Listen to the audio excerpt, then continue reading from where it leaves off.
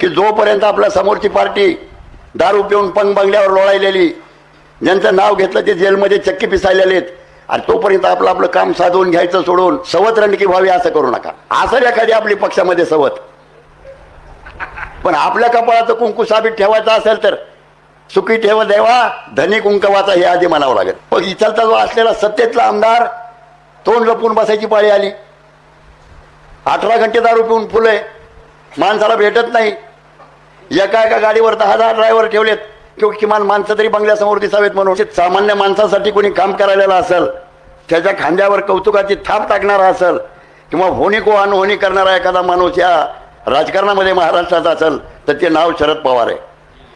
आज धनंजय मुंडेसारखा माणूस त्यांच्यासमोर कुठंतरी एक अत्यंत बॅकफूटवर खूप खोलात झालेला आहे.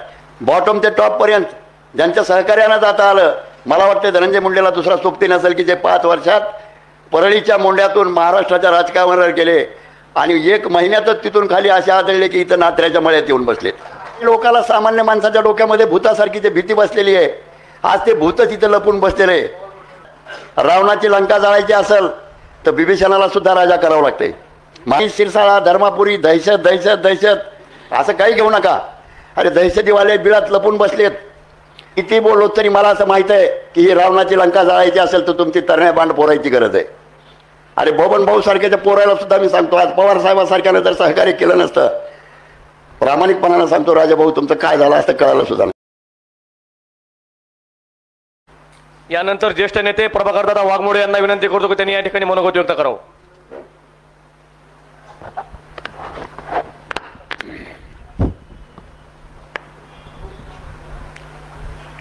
या ठिकाणी राष्ट्रवादी काँग्रेस शरद पवार गटाच्या जिल्हा परिषद पंचायत समिती बैठकीच्या आढाव्यासाठी उपस्थित असलेले जिल्ह्याचे अध्यक्ष मस्के साहेब, आमचे सहकारी मित्र व या ठिकाणी विधानसभेचे उमेदवार राजेसाहेब देशमुख, स्टेजवर उपस्थित आमचे सहकारी मित्र ज्येष्ठ नेते फुलचंदरावजी कराड, राजाभाऊजी फड, जीवनरावजी देशमुख व उपस्थित सन्माननीय स्टेज म्हणलं तरी चालेल, उपस्थित समोर असलेले सर्व सहकारी, आमच्या महिला भगिनी, बराच वेळ झाला गुरकल्यासारखं आपण बघायला एकदा हसलं तर बरं होईल. इथं आपल्याला आज या ठिकाणी आपण कुणाचं तरी उन्हा उपरं काढण्यासाठी जमलेलो नसून ही रावणाची लंका जाळायची असेल तर निश्चितपणानं आमच्या सगळ्या तरुण तडफदार फौजेला आपलं दुःख मागं ठेवून या ठिकाणी बबन भाऊचा विषय निघाला. राष्ट्रवादी काँग्रेस शरद पवार पक्षाचं या ठिकाणी निश्चितपणानं पहिली जी एंट्री इथलची झालेली, इथं जे नाव मोठं राष्ट्रवादी काँग्रेस शरद पवार पक्षाचं झालं ते बबन भाऊच्या रूपानं झालं हे सगळ्या तालुक्याला माहीत. त्याचबरोबर आता कालपर्यंत सगळ्यांनी इथं तर आमच्या महाराजांनी उल्लेख केला रंगेल आमदार, अहो त्यांना सुद्धा म्हणजे कुठंतरी उंदरापासून वाघापर्यंत नेण्याचं काम ज्या पवार साहेबांनी केलं, चुकीचा कुठंतरी निर्णय झाला. पण आज देशात आपण बघायलो, देशाचे पंतप्रधान असोत की एखादा गल्लीतला कार्यकर्ता असो, अडचणीच्या वेळेला निश्चितपणानं कुणाचं नाव समोर येत असेल तर आदरणीय पवार साहेबाचं नाव समोर येतं. आणि बऱ्याच वेळेला मी सगळ्या स्टेजलाही सांगू शकतो की माझ्यासारख्याला काही इथं म्हणजे जिल्हा परिषद पंचायत समिती आता काही मागायचं नाही, पण या देशामध्ये या महाराष्ट्रामध्ये जर निश्चित सामान्य माणसासाठी कोणी काम करायला असेल, त्याच्या खांद्यावर कौतुकाची थाप टाकणारा असेल किंवा होणी को अनहोणी करणारा एखादा माणूस या राजकारणामध्ये महाराष्ट्रात असेल तर ते नाव शरद पवार आहे. आणि निश्चित त्याच्यासाठी की काही अपेक्षा नसताना लोकसभेच्या वेळेला खरं तर मी घरात बसून करतो म्हणलो तर नाही म्हणले प्रवेश, म्हणलं प्रवेश असू द्या नसू द्या, निश्चित पवार साहेबाला जे काही माझा खारीचा वाटा देता येईल ते देणार आहे. विधानसभेला राजसाहेब असंग दिलं, पाय मोडूस तर दिलं राजसाहेब, आणि जे द्यायचं आहे ते आपल्याला निश्चित समोरचा आपला खिलाडी आपल्यात मी मोठा का ते मोठा, मानेसाहेब मोठे का बबन भाऊ मोठे का अजून कोण मोठे हे करू नका. आज कधी नव्हे ती एवढी चांगली परिस्थिती आली आहे की इथलचं सगळं सैन्य बॅकफूटवर गेलेलं आहे आणि आपण जर निरोसारखं फिडल वाजवीत बसलोत. मला असं वाटतंय की राजेंद्र साहेब तुम्ही नशिबवान होणार आहेत की शेवटची एक गदा आणली तर तुम्ही या ठिकाणी परळीमध्ये पुन्हा पवार साहेबांचं राज्य निश्चितपणानं इथं फुलल आणि 100% इथं म्हणजे लोक हे होतील. आज तिकडे सगळे जे असलेले गुत्तेदार लुटारू ही अशा प्रकारची एक टोळी झालेली आहे. तिकडं कुठला पक्ष राहिला नाही, पंथ राहिला नाही. आज मध्यंतरीचा काळ जातीवादाच्या राजकारणानं गढूळपणा निश्चितपणानं या परिसरामध्ये तयार करून पोळी भाजण्याचं काही काम झालं. परंतु ह्या सगळ्यापासून अलिप्त राहून आज एक आदराचं नाव राजकारणात असेल तर निश्चित पवार साहेबाचं आहे. आणि आपल्याला एवढं मोठं नाव असताना आज धनंजय मुंडेसारखा माणूस त्यांच्यासमोर कुठंतरी एक अत्यंत बॅकफूटवर खूप खोलात झालेला आहे. आणि महाराष्ट्राच्या राजकारणामध्ये 5 वर्षात बॉटम ते टॉपपर्यंत ज्यांच्या सहकार्यानं जाता आलं, मला वाटते धनंजय मुंडेला दुसरा सोबती नसेल की जे 5 वर्षात परळीच्या मोंड्यातून महाराष्ट्राच्या राजकारणावर गेले आणि 1 महिन्यातच तिथून खाली असे आढळले की इथं नात्र्याच्या मळ्यात येऊन बसलेत. ही परिस्थिती आहे. आज भल्या माणसावर तुम्ही टाळ्या वाजवतात बबन भाऊच्या नावानं, पण इचलता जो असलेला सत्तेतला आमदार तोंड लपून बसायची पाळी आली. 18 घंटे दारू पिऊन फुले, माणसाला भेटत नाही. एका गाडीवर 10,000 ड्रायव्हर ठेवलेत किंवा किमान माणसं तरी बंगल्यासमोर दिसावेत म्हणून. आणि माणसं 2 गोष्टीला भेटेत, देवालाही भेटेत आणि भूतालाही भेटेत. तसं आज काही लोकांना सामान्य माणसाच्या डोक्यामध्ये भूतासारखी जे भीती बसलेली आहे, आज ते भूतच इथं लपून बसलेलं आहे. ते आमच्या शिवाला नात्र्याला मळ्यामध्ये बसतंय. असं काही नाही, तुमच्या सगळ्यामध्ये ताकद आहे. पण सगळ्यांना आता कुणी पंचायत समिती मागितली, कुणी जिल्हा परिषद मागितली. पण एक लक्षात ठेवा की आपल्याला पवार साहेबाचा आदेश खूप मोठा आहे. रावणाची लंका जाळायची असेल तर बिभीषणाला सुद्धा राजा करावं लागते. महाराजांनी सांगितलं तिकडचे काही आलेत, येणारे येतील जाणारे जातील. कधी आपलं घरचं लग्न असेल त्या दिवशी प्रामाणिक कार्यकर्त्यावर सुद्धा एखादा अन्याय होईल. पण परळी पंचायत समितीवर पवार साहेबाचा झेंडा फडकला पाहिजे ही आणबाण घेण्यासाठी आपली ही बैठक आहे. मला कुठल्या गटातटामध्ये जायचंही नाही आणि कुणी गृहीतही धरू नका. कृपा करून जिथं जिथं पक्षाचं काम येईल, पवार साहेबाचं काम येईल, एक प्रामाणिकपणाने या भागातला ग्रामीण भागातला कार्यकर्ता म्हणून मी करेल. कुठं माझा फोटो असावा, माझा फोटो नसावा, आमच्या फडसाहेबाचा गट आहे का काय, परंतु भूमिका आली तिथं मी एखाद्या परखड बोलायलाही भेट नाही. कुणाचा मी काही राजाभाऊचा द्वेष करीत नाही ना अजून कुणाचा लोगडे महाराजाचा करीत नाही आणि रोज कुणासंग लोभही नाही. पण ग्रामीण भागातला माणूस अत्यंत वाईट परिस्थितीमध्ये मित्रांनो, मला जावं वाटलं तर मी कम्युनिस्टाच्या मोर्चामध्ये परळीत हजर असतो. सामान्य माणसाचं दुःख घेऊन जे वेशीवर टांगण्याचं काम करीत असेल त्याच्याबरोबर आपल्या राष्ट्रवादी काँग्रेस पार्टी शरद पवार पक्षानं राहिलं पाहिजे ही भूमिका आहे. आज दिवाळी झाली का शिमगा झाला ग्रामीण भागात ही वाईट परिस्थिती आहे. आणि त्या लोकांना मला आज दुपारी एक कौडगाव घोड्यातून फोन आलता, असतील काही कार्यकर्ते इथं, की माझा बाप दवाखान्यात आहे आणि तलाठी अनुदान अपलोड करीत नाही, मला तेवढेच 5-7 हजार झाले तर बापाचा विलाज होईल. ही परिस्थिती आहे. आणि त्या परिस्थितीवर पाठीवर हात टाकण्याचं काम या ठिकाणी गारगुंडा झालता. मला माहीत आहे, माझ्या शेजारला कौडगाव साबळा आहे. सकाळी 7:30 वाजता शरद पवार साहेब त्या द्राक्षाच्या बागेमध्ये, फुलचंद्रराव आलते का, व्यंकट कराडच्या बागेमध्ये. ही परिस्थिती आहे. तुम्हाला जावं लागेल. कुणाचे तरी डोळे पुसायची संधी आहे, जायची संधी आहे. आणि एवढंच नाही, शिरसाळा धर्मापुरी दहशत दहशत दहशत असं काही घेऊ नका. अरे दहशतीवाले बिळात लपून बसलेत. परळीची नगरपालिका आहे, मी मगापासून बारकाईनं बघायलो.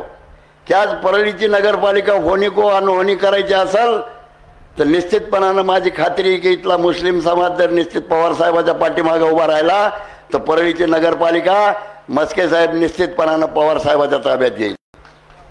काय मागणं आहे त्या लोकांचं? हातावर रोजीरोटी करून मजुरी करून खाणारा समाज. मग कोण ओबीसीला मिळालं, कोण ओपनला मिळालं, कोण बाकी सोडून द्या. दादा कोंडकेचा एक पिक्चर होता, पीछे की छोडन आगे की सोच. काल पस्तूर काय झाला असेल, वाघमोडेकून काय चुकला असेल, राजभाऊकून काय चुकला असेल, फुलचंदरावकून काय चुकला असेल, अजून कोणत्या गटातटातून काय चुकला असेल, आणि बाबासारख्या सामान्य कार्यकर्त्याला समजा संधी मिळाली ते मागं काय चुकला असेल, माझ्यासारखा माणूस धनंजय मुंडेच्या बंगल्यावर गेलेला असेल. मी सभापती होतो भाजपकून जिल्हा परिषदेचा. जायचा राहिला आता इथं कोणी बसलेल्यातला एखादा माणूस राहिला नाही कोणी धनंजय मुंडेच्या आणि पंकजाच्या बंगल्यावर जायचा.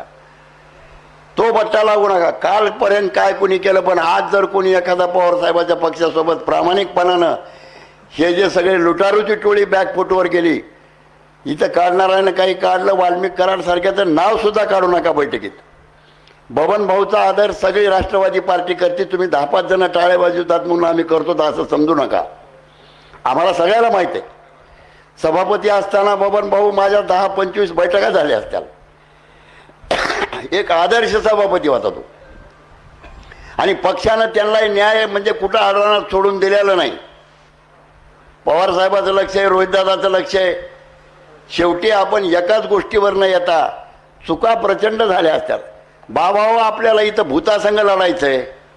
आपण आपले आपलेच केस जर उपटायला सुरू केले डोसक्याचे, काही उपयोग होणार नाही.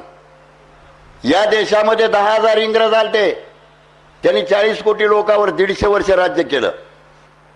700 मुघल आलते, त्यांनी 40 कोटीवर जवळपास 70 वर्ष राज्य केलं. तसं इथं हे सगळे जे लुटारू आहेत ह्याला माहीत आहे किंवा त्यांच्या ताळमेळ लावून द्यायचा. अजून कुणाला तरी काय म्हणायचं, लुगडे महाराजाला बदनाम करायचं, बाबाला बदनाम करायचं.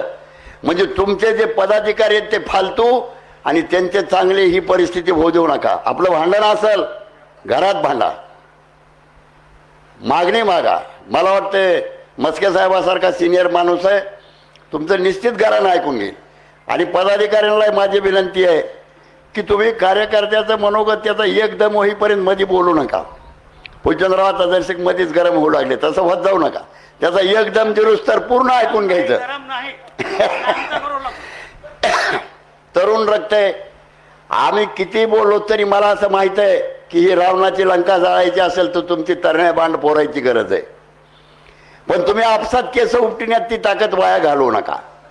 मी बेकार असेल, राजभाऊ बेकार असतील, मस्के साहेब बेकार असतील, पण आपल्याला इथलची सत्ता उलटून टाकायची असेल, तुम्हाला आम्हाला ह्या परिसरात राहायचंय. त्या बसलेल्या लोकांना मिटिंग पुरतं तुमच्यापाशी यायचंय. आता ते आमचा देवकते म्हणला तसं. पण आपल्याला ही संधी आली आणि ती संधी मग 1 सर्कल नाही, 2 सर्कल नाही. आमचा गवळीसारखा आता माणूस बोलला, तुम्ही नक्की उभा राहा. पांगरी सर्कल असेल, गाडेपिंपळगाव असेल, शिरसाळा असेल, नागापूर असेल, आणि समदुःखी माणसं महाराजांनी केलेली सूचना मस्के साहेब चांगली आहे. अंधारातून तुम्हाला कारसेवा करण्यासाठी सगळ्या पक्षातले लोक तयार आहेत. ती घ्यावी लागेल. एखाद्या ठिकाणी बिभीषणाला राज्य द्यावं लागेल. पण आपल्याला इथं पंचायत समितीवर माने साहेब म्हणले तसं परळीच्या पंचायत समितीवर नक्की झेंडा फडकवू शकतो. आपल्या परिसरातले 1-2 गट तयार झाल्यासारखे आहेत. माजलगावमधून आलेले आमचे 40 गावं आहेत, ते वेगळ्या विचाराचे आहेत. जुन्या परळी तालुक्यातले काही गावं वेगळ्या विचाराचे आहेत. आता इथं कोण वंजारी, कोण मराठी, आपलं मनोजदादा संघ, कोणी आमचे काही धनगराच्या आरक्षणासंघ, कोणी, हे भांडणं बंद झाले. पण आता आधी लगीन कोंडाण्याचं म्हणायची गरज आहे की जोपर्यंत आपल्या समोरची पार्टी दारू पिऊन पंग बंगल्यावर लोळायलेली, ज्यांचं नाव घेतलं ते जेलमध्ये चक्की पिसायलेले आहेत, आणि तोपर्यंत आपलं काम साधवून घ्यायचं सोडून सवत रणकी व्हावी असं करू नका. असेल एखादी आपली पक्षामध्ये सवत, पण आपल्या कपाळाचं कुंकू साबीत ठेवायचं असेल तर सुखी ठेव देवा धनी कुंकवाचा हे आधी म्हणावं लागेल. नाही एखादी बाई म्हणती सवत रणकी बघायची. मला आता सवत रणकी झाल्यावर ती काय आयो राहील का? असं करू नका. सगळे एक. काही सूचना असतील, एखादा पदाधिकारी बदलायचा असेल, कोणी असेल, असं काही नसते. माझं नाव प्रभाकर वाघमोडे असलं तरी आमच्या बापानं माझं नाव उर्फ साहेबराव ठेवलेलं आहे. त्याला माहीत होतं हे साहेब कुठं होणार नाही, ओरिजिनल सगळे मला साहेब साहेब साहेब साहेब म्हणते. काही गरज नाही. सगळ्यांनी काम करा. आणि आज एकच आपल्याला सौ सुनार की एक लोहार की. आज देशाच्या कोपऱ्यात काश्मीर ते कन्याकुमारी कुठे गेलेत, तुम्ही काश्मीरला गेले तर धनंजय मुंड्याचा माणूस आहे म्हणून सांगितलं तर कोण ओळखीलो गाडीवर रट्टे देतील ना. पवार साहेबाचं नाव घ्या तुम्ही, इथं घ्या, परदेशात घ्या, देशात घ्या, कुठेही घ्या. एवढा मोठा माणूस आहे की निश्चित आज देशामध्ये आजही त्यांच्या बरोबरीचा कोणी पंतप्रधान नाही, कोणीच नाही आणि पुढेही होणार नाही. आणि हे जे झालेलं आहे असंच जर आपण भांडत राहिलो तर अजून 5-10 वर्ष मोदीसारखा माणूस या देशावर राज्य करायला राहिला तर मला वाटतं आपल्याला सगळ्याला वैजनाथाच्या पारावर इथं कटोरी घेऊन बसायची पाळी नक्की येणार आहे. आणि त्याचे हे जे चेले चपाटे ते घालवायचे असतील आणि इथं सर्वसामान्य माणसाचं राज्य आणायचं असेल. मला माहीत आहे, तुम्हाला सांगतो, मी 90ला 1600 रुपयात मस्के साहेब पंचायत समितीचा सदस्य झालतो माजलगावला आणि 4 लाख रुपयात परळी तालुक्यामध्ये जिल्हा परिषदेचा सदस्य होऊन सभापती झालो. तेवढे पैसे तर कोणाही पोराजवळ आहे तिथं. आता असं पैशावालाच पाहिजे असं काही सांगू नका. डिपॉझिट जप्त झालं तर समोरच्या ह्याचं फुलचंद्रराव साहेब आमच्या त्याला माहीत आहे. महाराष्ट्रामध्ये 1 नंबरनं मला लोकांनी निवडून दिलं तर 13,800 मतांनी मी जिल्हा परिषदला निवडून आलतो. एक हातावर भाकरी खाणारा माणूस आहे. आणि अजून आत्तापर्यंत सभापती झालो तरी काखत MB न घेणारा मी ग्रस्त आहे. खांद्यावर कालर टाकून फिरलेला आहे. आता थोडे दिवस राहिले ती खाली पाडायची नाही. तर असं काही नाही गुत्तेदारी केली पाहिजे म्हणजे राजकारण होईल.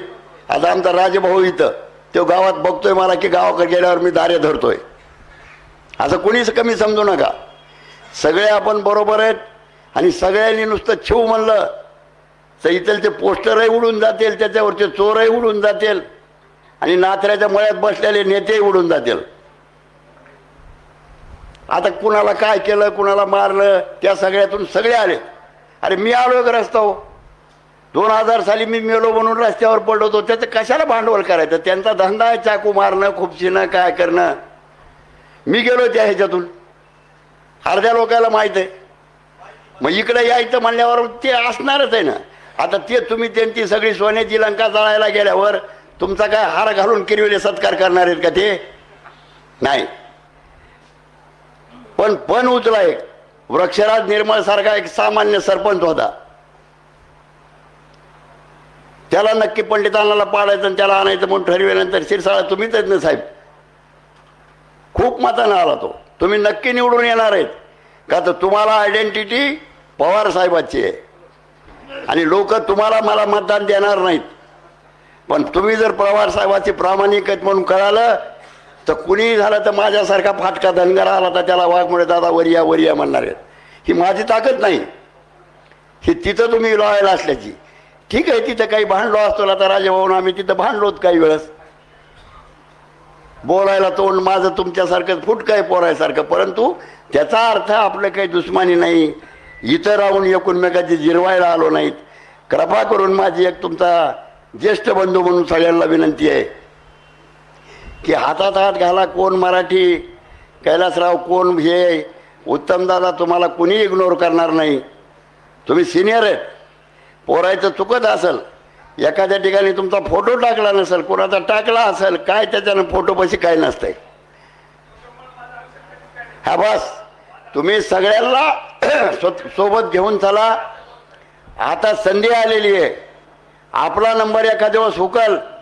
पण फाटक्या माणसाला, मी शिवसेनेमध्ये 16 वर्ष काम केलेला सदस्य आहे. रिक्षा चालविणारा आमचा तो चोथेसारखा माणूस, सिनेमाच्या टाकीवर माणसं सोडणारा माणूस आमदार झालेला आहे.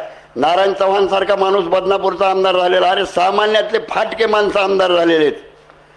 आणि ते काम निश्चितपणानं पवार साहेबांनी इथं सुद्धा केलं. पण ज्याला उंदराचा बोक्या केलं त्याला पुन्हा बोक्याचा उंदीर करून बिळामध्ये कोंडून टाकण्याची संधी आलेली.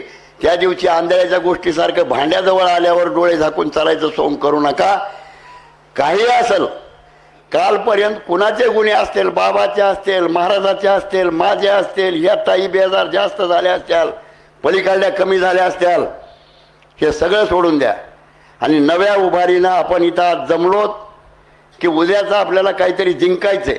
आणि युद्धावर जाणारे जिंकणारे माणसं आहोत तिथं सगळे माणसं सोबत लागतात. बारका लागतो, काम करणारा लागतो, काटा खाणारा लागतो, गप बसणारा लागतो, एसटी रक्षक लागतो, अहो गाढव कुत्रं हे सुद्धा लागते. पोलिसाला जमत नसल्यावर कुत्रं बोलवा म्हणतात, ते वासानं हुडकून काढते. तसे काही माणसं आहेत आमच्यापाशी बरोबर. तर तसंच सगळ्यांनी हे करा. कुणाचं काय झालं असेल, गडबाजा कुणी वरच्या लेवलवरून करू नका, ही प्रामाणिक सगळ्यांना माझी विनंती आहे. मला राजसाहेबांनी पाय मोडल्यामुळं जास्ती फिरणं होणार नाही, परंतु जेवढा वेळ देता येईल. आणि अपेक्षाही नाही माझी, कुठलं तिकीट मागायचं नाही, पोराला मागायचं नाही, सुनाला मागायचं नाही, पाहुण्याला मागायचं नाही. प्रामाणिक माणसाला तिकीट द्या.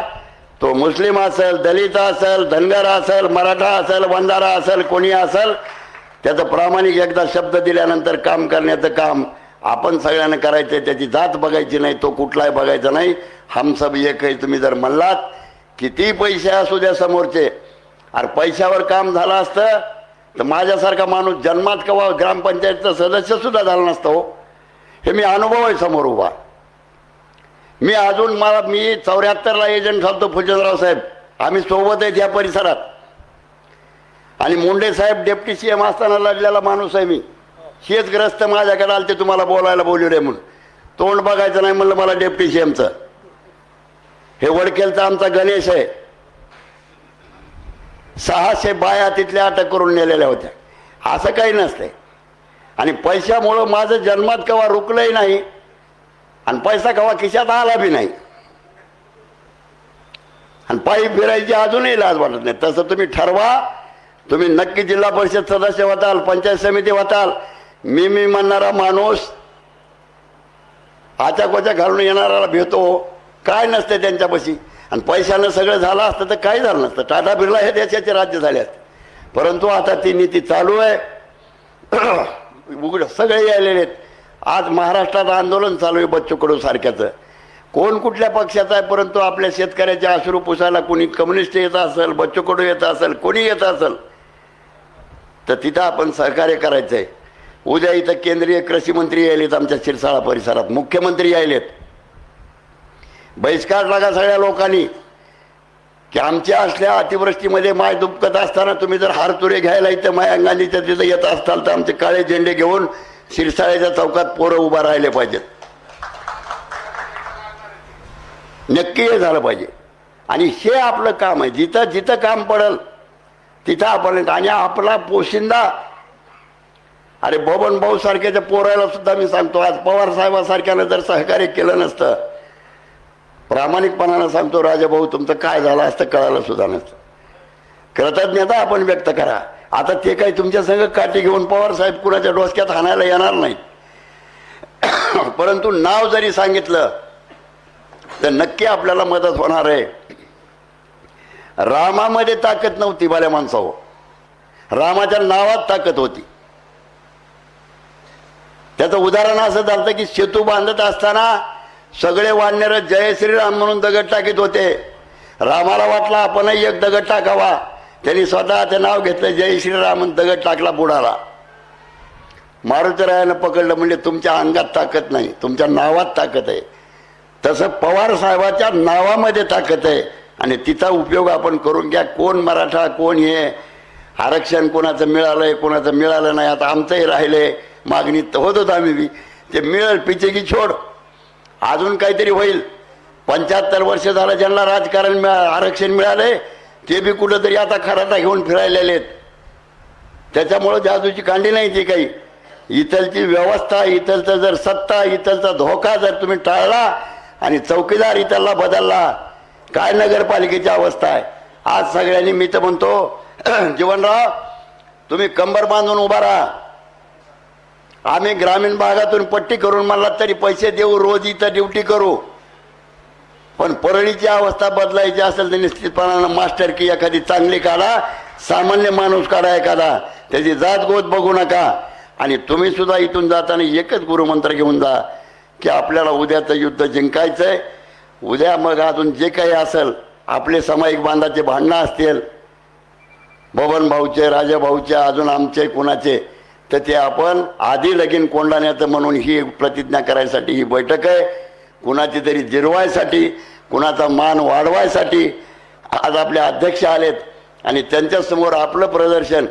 नाहीतर परळी म्हणलं की कवा ते म्हणते बा दुसऱ्या बार जायचं म्हणलं तर नाही, मला दवाखान्यात ॲडमिट आहे, असं होऊ देऊ नका. काही नाही झालं, सत्ता येईल नाही येईल, पण परळीला म्हणलं की लगेच किक मारून निघालो असं त्यांना वाटलं पाहिजे. उद्या पदवीधरची इलेक्शन आहे, जिल्हा परिषद पंचायत समितीची इलेक्शन आहे. पदवीधरचे फॉर्म राहिले असतील ते सगळ्यांनी भरा. शेकडो पोरं इथं साधे बसलेले असले तरी ग्रॅज्युएट आहेत, मतदार आहेत, ते पण फॉर्मच नाही का भरलेला. अशा पद्धतीचं होऊ देऊ नका. पक्षाचं संघटन करणाऱ्या माणसाला बळ द्या सगळ्यांना. चुकला असेल कोणी एखादा, अरे आता इथं वावटळीत दिवा लावणं, मला सांगा धनंजय मुंडेच्या विरोधात पवारसाहेबाचं काम करणं म्हणलं की टप्पू खायलाच झालंय की पटांगणात. कुणी कुणी खाल्लेत, किती जणात तरी नंबर लागलाय. हे करीत असताना जातील ते बी दिवस जातील, आपले टप्पू खाण्याचे दिवस जातील, त्यांचे टप्पू खाण्याचे दिवस येतील आणि आलेच जवळ. पाहिली भरली, आता फक्त शेर उलटायचा राहिला आहे. ते जिल्हा परिषदच्या, पंचायत समितीच्या, नगरपालिकेच्या इलेक्शनमध्ये सगळ्यांनी हे करावा.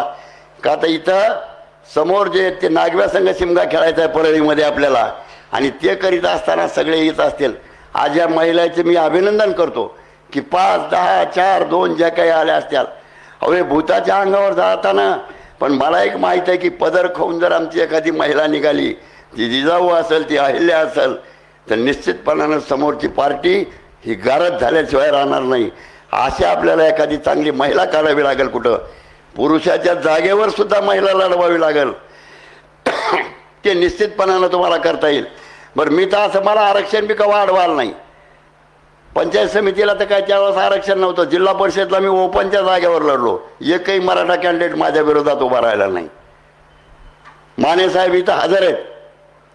1 नंबरला मतदान मराठा समाजाचं आहे माझ्या सर्कलमध्ये, तरी एकही फॉर्म माझ्या विरोधात मराठा समाजाचा आला नाही.